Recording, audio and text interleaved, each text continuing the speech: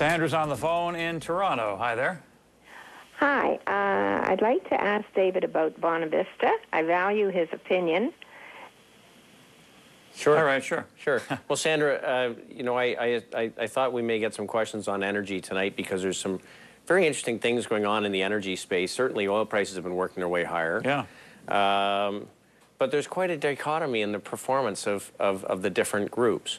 And we've really focused in the oily names, the oil producers, and then the companies that have a lot of liquefied natural gas.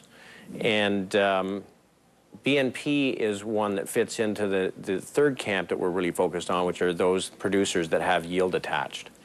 And so this is one that I would look at that's had a pretty good bounce back. It's if you look at it relative to the market over the course of the rally, those that have yields have been better performers than the old line integrated oil and gas companies like the Suncors of the world. Right. So we're focused in these. We particularly like Vermilion and Baytex and Provident. Actually, Provident more in the midstream assets.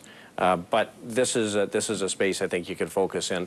I think that really, if you talk to institutional investors and you talk to private investors, everybody's looking for something with a yield attached, and I think that this is probably a good place to focus on in energy. Right, that's been a running theme for many months now. Here's Larry in Toronto as we stick with energy. Go ahead, sir. Oh, hi, Mark and David. Love your show. And David, I like you as a guest because you look in the camera when you talk, and you're not touting your own stuff. My issue is with a friend of mine who's an oral surgeon, and I guess when they're standing around doing jaw replacements, they talk about stocks.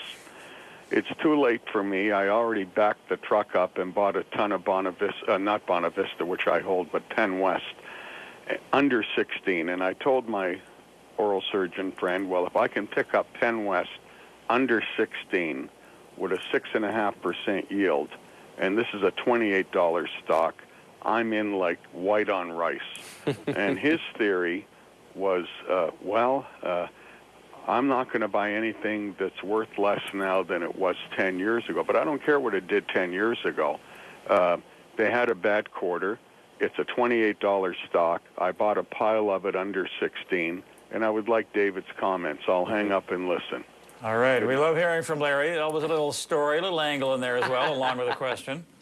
So, Larry, I guess the first thing that I would say is, you know, this has been an underperformer, so you want to keep that in mind. And yes, it has a yield attached to it, which is a good thing. And there's your 10-year. Yeah, they've had a harder time developing new resources and bringing them on effectively.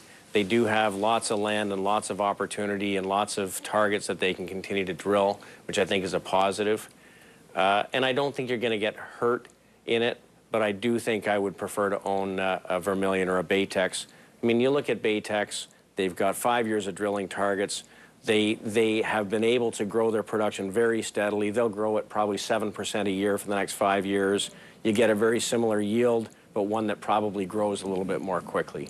I think you're in the right camp. You may not have the perfect name. All right, let's talk cigarettes, shall we, as we move over from oil. Here's Brian in Toronto. Go ahead, sir. Hi, thanks for taking my call. I bought Philip Morris about a year ago, around $50 a share. I'm thinking of lightening up on it. I wanted your opinion on it. Thanks. Sure. Well, Brian, it may be an unpopular sector to own by some folks, but it's a very profitable sector to be in right now. The sectors with very steady cash flows are doing particularly well. Philip Morris International has more growth in it than the North American Altria. Yeah. And the tobacco space is doing particularly well. If you look at Japan Tobacco, if you look at British American, they're all doing particularly well. I would stay here. I do think that next year the companies with these defensive characteristics are going to do very well. I do think that there's risk in the economically sensitive names, and I think that lots of people continue to hold them, but will be rotating their portfolio. So you like to be in the places where people ultimately are making new investments, and this is one of those sectors that you're seeing money flow in. And do you have a history, David, with the likes of Philip Morris or Altria? We have historically not invested in this group, but then again, for many, many years, you know, it hasn't been a great performing sector. It just has the characteristics right now of sectors that are doing well. And of course, you know, everybody has a view on the industry itself, and should it be one that you invest in. We've tended to stay away, but from a purely dollar and cent standpoint, it's probably a profitable investment. All right, David, here is John, who is in Burlington. Go ahead. Yeah, David, if you own the TMX group, would you tender it to the Maple group, or would you keep on holding it? I would tender it.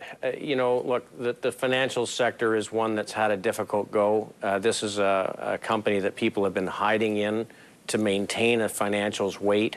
I think we're going to continue to see consolidation in the exchanges. I think you tender it and see what happens. Any other thoughts on that? Did you hold this stock, or have you? Or? We don't own the stock. We own virtually nothing in the financial services sector currently. Do you think this deal is going to go through? I don't know. I haven't spent enough time looking at it. It's just not something that we've been focused on. It's been sort of under the radar for lately anyway, but the stock, the market certainly is indicating they don't think it's going to go through. The offer is $50 a share from Maple. Right. And you know, the thing is that ultimately I do think that there's going to be continued consolidation in this group, because really it's no longer a regional market that you're playing in. It's something that over time is going to consolidate.